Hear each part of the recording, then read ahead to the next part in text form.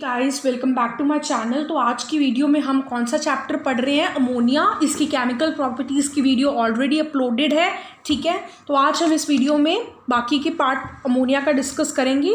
तो जो उसकी केमिकल प्रॉपर्टी है उसका लिंक मैं आपको दे दूँगी डिस्क्रिप्शन बॉक्स में, तो you can check it out. तो अभी हम स्टार्ट करते हैं अमोनिया के चैप्टर के साथ। और इसमें सबसे पहले जो हमारा टॉपिक आता है वो है कि हम अमोनिया को लैब में कैसे प्रिपेयर करते हैं।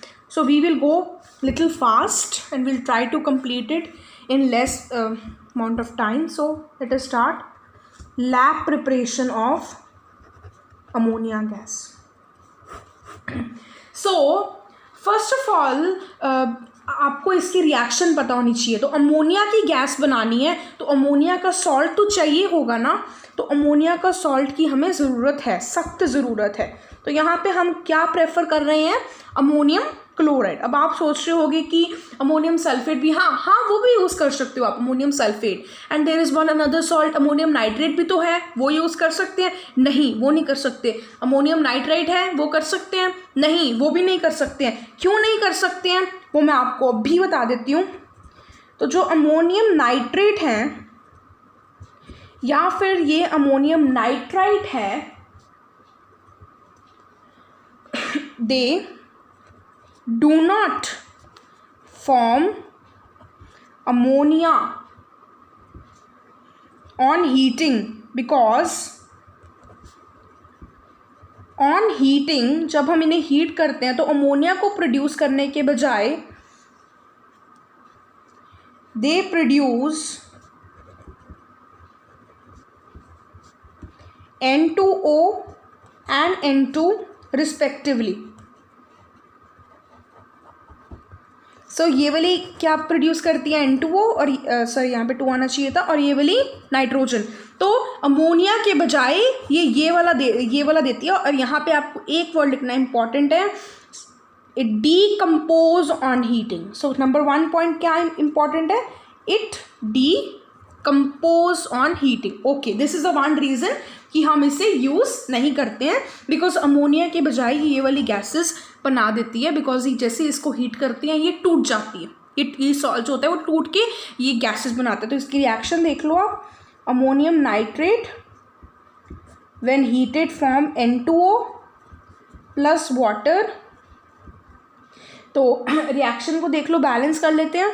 ये भी वाटर वेपर है, ये भी गैस है। तो देखो 2 nitrogen, 4 hydrogen, 2 hydrogen, so put 2 here.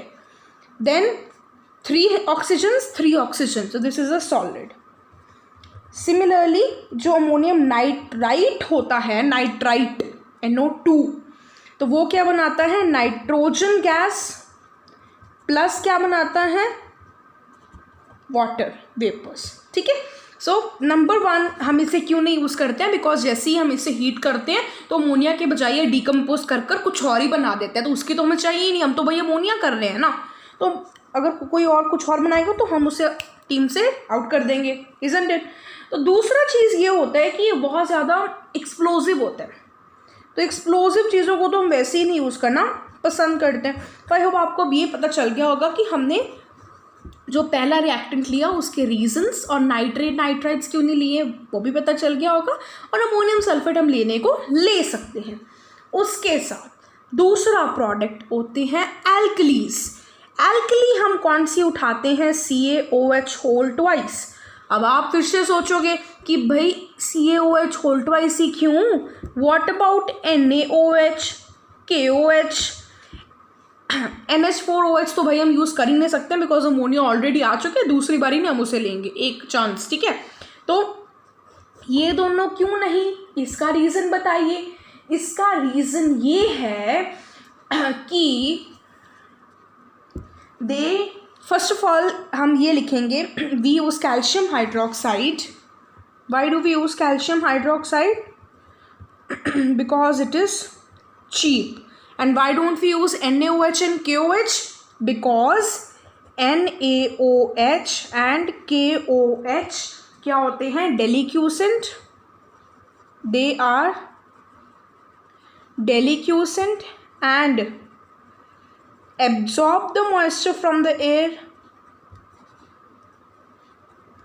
absorb the moisture from the air and dissolve in it, खुद ही उसमें डिजॉल्व हो जाते हैं, तो नॉट एलिजिबल फॉर रिएक्शन। तो जैसे ही इसको एटमॉस्फेयर में लाते हैं, पानी में घुल जाते हैं, तो रिएक्शन हो ही नहीं पाता है। तो इसीलिए हम NaOH और KOH को यूज़ नहीं करते हैं। ठीक है, तो अब हमारी होगी रिएक्शन। अब हीटिंग साइन यहाँ ज़रूर लगाना, हीटिंग ने तो सारा पंगा करा। अमोनियम नाइट्राइट और नाइट्राइट को हम क्यों नहीं यूज़ कर सकते? बिकॉज हीटिंग हो रही है ना। अगर हीटिंग नहीं होती तो शायद कर भी लेते, बट हीटिंग नेसेसरी है। जैसे हम इसे हीट करेंगे अमोनिया, तो क्या बनेगी, ये दोनों गैसेस मिल जाएंगे जिसकी हमें ज़रूरत भी नहीं है। नज़ाया जितना सेटअप भी करा और मिला कुछ और ही जो चाहिए भी नहीं था। इसलिए हमें पता है कि भाई इसे दोनों को यूज़ नहीं करना है, ये दोनों कुछ और ही दे देंगी आपको, तो इसे अपना टाइम वेस्ट मत करिएगा। ठीक है, तो हम क्या कर रहे हैं, अमोनियम क्लोराइड, पेपर में लिख के आओगे अमोनियम नाइट्राइड या नाइट्राइड, यहाँ पे लिख दोगे तो बिल्कुल गलत हो जाएगा। अमोनियम क्लोराइड ही लिखना है लैब प्रिपरेशन में, सल्फेट को भी अवॉइड करो। ठीक है, अब हमें मिलेगा अमोनिया गैस, बिकॉज हम उसे ही तो प्रिपेयर करना चाह रहे थे, तो अमोनिया गैस तो मिलेगा ही मिलेगा। उसके साथ साथ में हमें मिलेगा वाटर वेपर, जो बनेगा ही बनेगा, वो भी एक प्रोडक्ट है, और साथ में सॉल्ट तो मिलेगा ही, दैट इज़ कैल्शियम क्लोराइड। सो ये दोनों ने मिलकर कैल्शियम क्लोराइड बनाया, और इन दोनों ने मिलकर दो चीज़ें बनाई, that is ammonia and water. ठीक है, अब आपको है होप ये बात समझ में आ गई होगी। ये भी सब्लाइम करता है, ये भी सब्लाइम करता है, डिकम्पोज नहीं करता है, सब्लाइम कर जाता है, मतलब डायरेक्टली इनटू गैस, बट बहुत हाई टेम्परेचर पे करते हैं। जो नाइट्रेट और नाइट्रेट है, डिकम्पोज ज़्यादा टेम्परेचर भी नहीं लेते, कम ही पे कर जाते हैं, ये ज़्यादा पे करते हैं, तो इसलिए हम अमोनियम क्लोराइड को हम यूज़ कर सकते हैं। अब बिकॉज ये सब्लाइम कर जाता है, बिकॉज ये सब्लाइम कर जाता है, तो अब हमें ये हमने देख लिया कि भाई हमने ये लेना है और ये लेना है, बट अभी हमें ये नहीं पता कि कितना लेना है, अमाउंट, क्वांटिटी नहीं पता चली है भाई, अभी हमें क्वांटिटी कितनी चाहिए, तो हमें ये ज़्यादा लेते हैं। अब आप सोचो कि भाई सब्लाइम तो ये कर रहा है, क्वांटिटी तो इसकी घट रही है टाइम के साथ साथ, तो ये क्यों ज़्यादा ले रहे हो? अरे ये महंगा है, ये महंगा है, तो हम हायर रेशो इसकी ले लेते हैं, और ये जो इसका लॉस होता है उसको कॉम्पनसेट कर देता है। ठीक है, कॉम्पनसेट करता है, तो this we take the higher ratio, it is always taken in the ratio 2:3। Higher ratio by weight of the alkali is taken, alkali is used because this is the only one जो इसके loss को compensate करता है। तो आप सबको ये पता चल गया कि हम इन दोनों चीज़ों को लेते हैं, क्यों लेते हैं और कितना लेते हैं, चलो इधर वाली साइड की क्लियर हो गई। अब थोड़ा हम रिएक्टेंट्स का देखते हैं कि अब देखो भाई चीज़ें बननी शुरू हो गई हैं, सो अब हम क्या करेंगे, लिसन। तो जैसे ही यहाँ अब देखो ये होता है इसका सेटअप। ठीक है, हम यहाँ पे बना लेते हैं फटाफट से। तो इस फ्लास्क को हम थोड़ा टिल्टेड रखते हैं, क्यों रखते हैं वो मैं आपको बता देती हूँ। यहाँ से अमोनिया गैस बनती है, जाती है नीचे। ठीक है,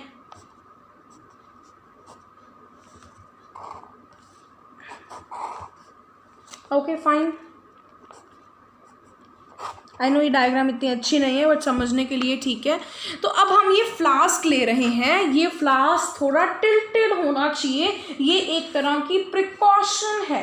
ठीक है, ये एक तरह का क्या है, प्रिकॉशन है कि ये जो फ्लास्क है इसे टिल्टेड रखो, बिकॉज जब हमने यहाँ पर अमोनियम क्लोराइड, यहाँ पे क्या क्या पड़ा है, दो चीज़ें, क्या क्या, कैल्शियम हाइड्रोक्साइड, ये सॉलिड फॉर्म में है। ठीक, एंड अमोनियम क्लोराइड यहाँ पर है। अब जब रिएक्शन होगी तो जो सॉल्ट है कैल्शियम क्लोराइड वो तो यहीं पर ही सेटल हो जाएगा, बट जो अमोनिया गैस है वो वाटर के साथ, हमें चाहिए सिर्फ अमोनिया, बट ये वाटर के साथ कहाँ जा रही है, नीचे जा रही है। ठीक है, अब आप सोचोगे इसको टिल्टेड क्यों रखा है, तो इसे टिल्टेड इसीलिए रखा है सो दैट कि अगर हम इसे सीधा रखेंगे तो पानी के चांसेस हैं कि वो नीचे को ट्रिकल बैक कर जाए। तो अगर हम ऐसे रख रहे हैं तो हो सकता है कि पानी बैक चला जाए, तो वो हम नहीं चाहते हैं कि वो ट्रिकल बैक करे। सो अगर वो ट्रिकल बैक करेगा तो नीचे गरम गरम है ना, यहाँ पर हीटिंग तो हो ही रही है ना, हीटिंग हो रही है यहाँ पर, तो अगर वो ट्रिकल बैक करेगा तो उसकी वजह से क्या हो सकता है, वो ठंडा पानी जब अंदर आएगा वहाँ पे जाके वो कूल हो गया ना, अब वो अगर फिर से वापस में फ्लास्क में आएगा तो वो उस फ्लास्क को तोड़ सकता है, ठीक है। तो flask is tilted in such a way that water formed in the reaction does not trickle back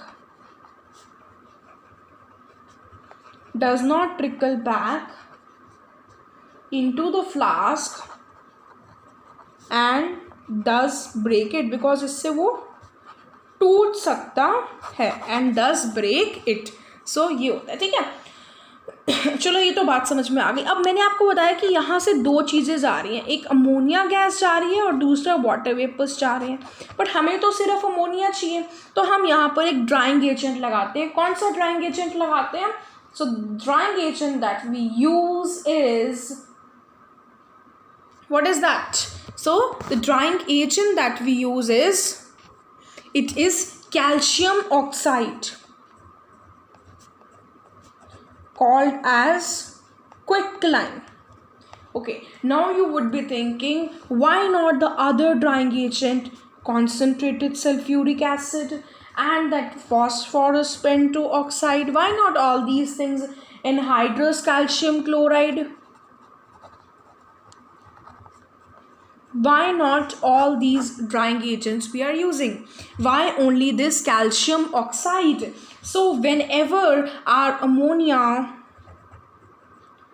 will come in contact with the concentrated sulfuric acid, तो ये जब उसके साथ रिएक्ट करेगी तो यहाँ बना देगी अमोनियम सल्फेट, ठीक है। और जब ये अमोनिया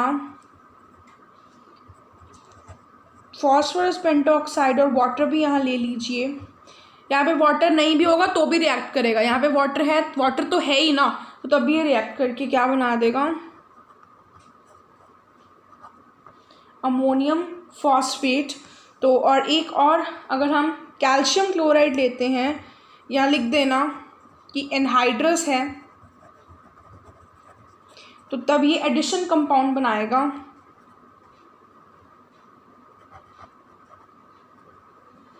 यहाँ 8 लिख देना, ठीक है। ये लर्न करना पड़ेगा, क्या बनाएगा, एडिशन कंपाउंड बनाएगा, ठीक है। तो इसीलिए हम इन 3 चीज़ों को यूज़ नहीं करते हैं। अब आप सोचोगे कि कैल्शियम ऑक्साइड क्यों नहीं अमोनिया के साथ रिएक्ट करता? कि दोनों बेसिक हैं, तो बेस के साथ थोड़ी ना रिएक्ट करेगा, ये रिएक्ट करेंगे। तो ये इसकी बैलेंसिंग को देख लेते हैं। तो यहाँ 1 नाइट्रोजन है, यहाँ 2 नाइट्रोजन है, 1 नाइट्रोजन है, तो यहाँ पे हम 2 लगा देते हैं, बाकी सारा बैलेंस आप चेक कर सकते हो। यहाँ पे हम देखते हैं अब किस तरह से बैलेंसिंग करेंगे। अब सबसे पहले हम देखते हैं कि यहाँ 2 है, यहाँ 1 है, तो यहाँ हम 2 लगा देंगे। अब हम इसका अमोनिया का देखते हैं, तो 2 3 6 है, यहाँ 1 है, तो यहाँ हम 6 लगा देंगे।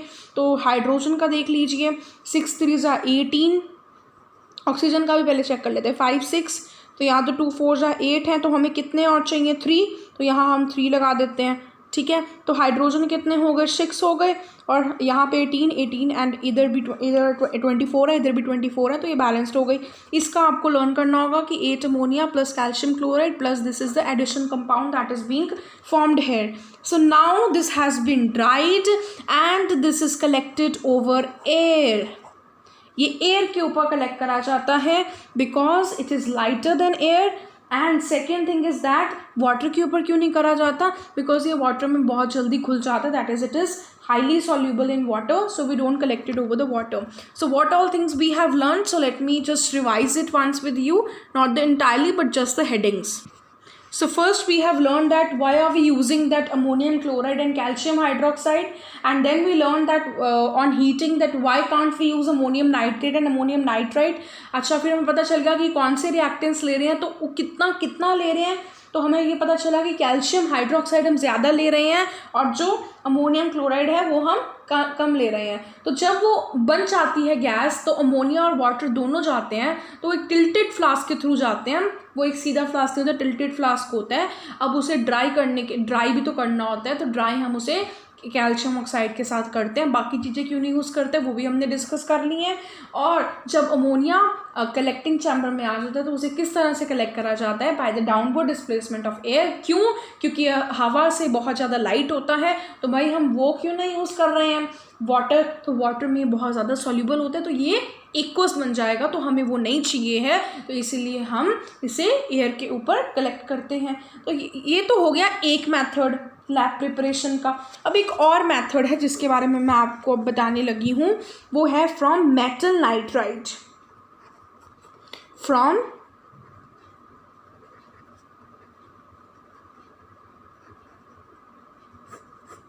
metal nitride. So we are using one nitride, we are taking one nitride. So we take the nitride of the metals like magnesium and aluminium. तो हमने मैग्नीशियम का उठाया, तो यहाँ 2 + N3-, तो क्या हो जाएगा फॉर्मूला मैग्नीशियम नाइट्राइड का Mg3N2। इसी तरह से यहाँ लिया Al3 + N3-, तो ये हो गया हमारा aluminium nitride. So magnesium nitride and aluminium nitride को जब भी हम किसके साथ रिएक्ट करवाते हैं, हॉट वाटर के साथ, जब भी हम इन्हें किसके साथ रिएक्ट करवाते हैं, हॉट वाटर के साथ, तो एक बनता है हाइड्रोक्साइड, तो यहाँ बनेगा मैग्नीशियम हाइड्रोक्साइड और यहाँ बनेगा एल्यूमिनियम हाइड्रोक्साइड। और इसके साथ साथ में हम क्या प्रिपेयर करना चाह रहे हैं, अमोनिया, तो यहाँ अमोनिया गैस तो आएगी ही। अब इसे हम बैलेंस भी कर लेते हैं, यहाँ 3 मैग्नीशियम है, यहाँ 1 है, तो यहाँ 3 लगा दीजिए। अब ऑक्सीजन को चेक कर लो, 3 ऑक्सीजन है, यहाँ 1 है, तो यहाँ 3 लगाइए। यहाँ 6 हाइड्रोजन है, यहाँ भी 6 हाइड्रोजन है, यहाँ but there is some problem, 2 nitrogen है, तो यहाँ हमें 2 लगाना पड़ेगा। अब हम चेक करेंगे कितने हैं हाइड्रोजन्स, 3 × 2 = 6 and 3 × 2 = 6, दैट इज़ 12, तो यहाँ पे हमें 6 लगाना पड़ेगा। अब ऑक्सीजन चेक कर लीजिए, 6 ऑक्सीजन है, तो यहाँ कितने हैं, 6 ही हैं, तो बैलेंस हो गई रिएक्शन। अब इसी को भी इसी तरह से हम बैलेंस करते हैं, नाइट्रोजन 1 है, हाइड्रोजन 2 हैं, तो यहाँ पे हमें क्या लगाना पड़ेगा, एक बड़ी, will check it out. So it is ammonia gas, there are 3 + 3 6 hydrogen and here there are 2, तो यहाँ पे हम 3 लगा देते हैं। ऑक्सीजन यहाँ 3 है, यहाँ भी 3 है, तो ये एक और मेथड है हमारे पास में अमोनिया को प्रिपेयर करने का। तो ये अब हमने बात करी थी प्रिपरेशन ऑफ ड्राई अमोनिया। अब हम बात करते हैं कि एक्वस अमोनिया को किस तरह से प्रिपेयर करा जा सकता है, ठीक है, वो भी काफ़ी ईजी होता है, ठीक है। तो हम इजीली भी कुछ ले सकते थे कि लाइक हमने यहाँ पर वाटर डाला, सिंपल काम करो ना, यहाँ पे हमने लेके आए ट्यूब और अमोनिया गैस गई और अब सोल्यूबल बन गया। अरे नहीं, हम इसे यूज़ नहीं करते हैं, बिकॉज इसमें होता क्या है कि अमोनिया बहुत स्लोली होती है और डिज़ोल्व फास्ट हो जाती है। So rate of the production जो होता है, it is lesser as compared to the rate of absorption। तो होगा क्या कि अमोनिया को जल्दी जल्दी एब्जॉर्ब कर लेगा, यहाँ पर वैक्यूम बन जाएगा। अब यहाँ पर प्रेशर लगेगा तो ये पानी ऊपर को चढ़ेगा, तो पानी जब ऊपर को चढ़ेगा तो हो सकता है वो पीछे चला जाए और यहाँ पर जो भी रिएक्शन हो रही है वो तो सब खराब हो जाएगी इस तरह से, तो वो हम होना नहीं चाहते हैं, वो हम करना नहीं चाहते हैं। तो इसीलिए बैक सक्शन को अवॉइड करने के लिए हम इन्वर्टेड फ्लास्क लेते हैं। किस वो ऐसा होता है, कैसा होता है देखिए, ऐसा, ठीक है ना। तो इस तरह का लेते हैं, बिकॉज इसमें होगा क्या, अमोनिया आएगी, इसमें पहले भरेगी, यहाँ से निकलना स्टार्ट करेगी हौली हौली, फिर थोड़ा सा पानी ऊपर जाएगा जब वो एब्जॉर्ब कर लेगा, बट जब तक वो ऊपर यहाँ से साइड से चढ़ना स्टार्ट करेगा तब तक और अमोनिया बनकर वापस आ जाएगी। तो बारी बारी ऊपर नीचे होता जाएगा, ठीक है ना। So ammonia is highly soluble and the rate of the जो वो जल्दी जल्दी घुलेगी और प्रोड्यूस स्लोली होगी, तो उसकी वजह से क्या होगा, बैक सक्शन फोर्स को एक्सपीरियंस करेगा। अब उसे अवॉइड करने के लिए हम इन्वर्टेड फनल अरेंजमेंट यूज़ करते हैं। इन्वर्टेड फनल अरेंजमेंट को यूज़ करने से क्या होता है, देखो यहाँ पर हमें कितना सरफेस एरिया मिल रहा था, सिर्फ इतना सा, और यहाँ हमें कितना मिल रहा है, इतना। सो इन जो सरफेस एरिया है वो इंक्रीज़ कर जाता है। तो जब वो सरफेस एरिया इंक्रीज़ कर जाता है तो थोड़ा सा फनल ऊपर मूव करेगा, हाँ करेगा, no doubt it will move upwards, but वो स्लोली स्लोली करेगा। In the meantime what will happen, the ammonia will come, ammonia will be sufficient, so water will never be pulled up। तो पानी कभी पीछे नहीं जा पाएगा, बिकॉज अमोनिया जब तक यहाँ तक पहुँचेगा ना तब तक अमोनिया वापस आ जाएगी। तब मतलब थोड़ा लार्ज सरफेस एरिया की वजह से ये अमोनिया जो वाटर है वो ऊपर जल्दी चढ़ नहीं पाता है और इसमें हमारा ही फ़ायदा है। ठीक है, तो अब हम बात करते हैं इसकी जो फिज़िकल प्रॉपर्टी के बारे में, जो हमारी लास्ट वीडियो में रह गई थी। ठीक है, जो हमारा हेबर्स प्रोसेस है वो हम इस वीडियो में नहीं, अगली वीडियो में डिस्कस करेंगे। ओके, तो अब हम किसके बारे में डिस्कस करने वाले हैं, फाउंटेन एक्सपेरिमेंट के बारे में। ठीक है, so there is a fountain. उससे पहले आपको ये पता होना चाहिए कि जो अमोनिया है it is a colourless gas, it is a odourless gas, it's not odorless gas, it's strong pungent choking smell it has. So it is a colorless, I already told you in the starting, it has a strong pungent choking smell,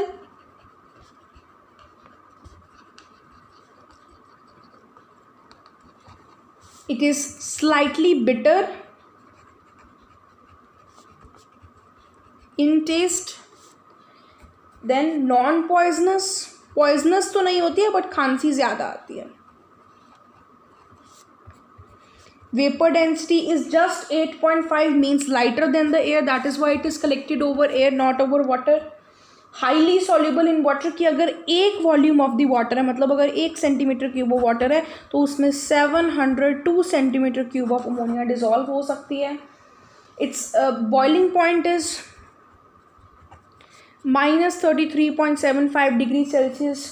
Its freezing point is minus 77.7 degree Celsius. So all these are the physical properties of ammonia. ठीक है, and now let us discuss about the fountain experiment. So fountain experiment से we'll come to know about two things, number 1 and number 2. Number 1 is we'll come to know about the high solubility,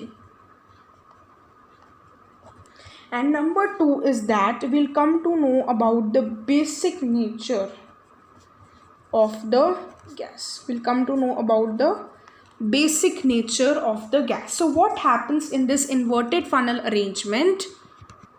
So you see this is the inverted funnel and here इस inverted funnel में हमने क्या ले रखा है, dry ammonia, और यहाँ पर हमने एक ड्रॉपर लगाया है जिसमें हमने पानी भरा है और ये एक ट्यूब है और यहाँ पर हमने क्या रखा है, रेड लिटमस सॉल्यूशन। इसे वाटर के साथ कंफ्यूज नहीं करना है। तो जैसे ही हम इस ड्रॉपर को स्क्वीज करेंगे तो पानी ऊपर जाएगा, पानी ऊपर जाएगा, यहाँ अमोनिया है जो कि हाईली सॉल्युबल इन वाटर है तो वो पानी सारी की सारी अमोनिया को डिसॉल्व कर लेगा। तो यहाँ पे थोड़ा वैक्यूम बन जाएगा। अब यहाँ पे जब वैक्यूम बन जाएगा तो मतलब यहाँ प्रेशर कम है तो it will move from the high pressure area to low pressure area, so water will rise up. ठीक है, water will rise up, this is not water, sorry, this is red litmus solution will rise up. when it will come in contact with that aqueous ammonia, so it is acting as a base, तो वो उसे blue में change कर देगा। ठीक है, the red litmus solution will be changed into blue, so we are able to see that blue fountain, we are able to see that blue fountain। so जब पानी ऊपर चढ़ा और इसने फटाफट से एब्जॉर्ब करा तो तब हमें पता चला कि ये हाईली सॉल्युबल इन वाटर है, और जब ये ऊपर चढ़ा और इसने सॉल्यूशन के कलर को चेंज कर दिया तो उस टाइम पर हमें पता क्या चला, हमें पता चला कि ये एक बेसिक गैस है। ठीक है ना, I hope it's clear fountain experiment. So next topic that is in your syllabus is chemical properties, and for that already there is a video, so you can check it out on my channel, or I'll put the link in the description box. So now let us discuss about the test for ammonia. First of all, you can identify it from its smell, which is sharp, pungent, choking. Second thing is that it is basic in nature, so it will turn the moist red litmus paper to blue.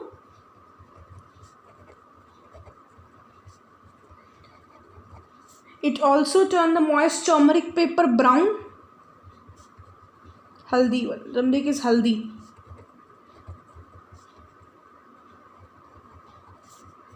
And it will also turn the phenolphthalein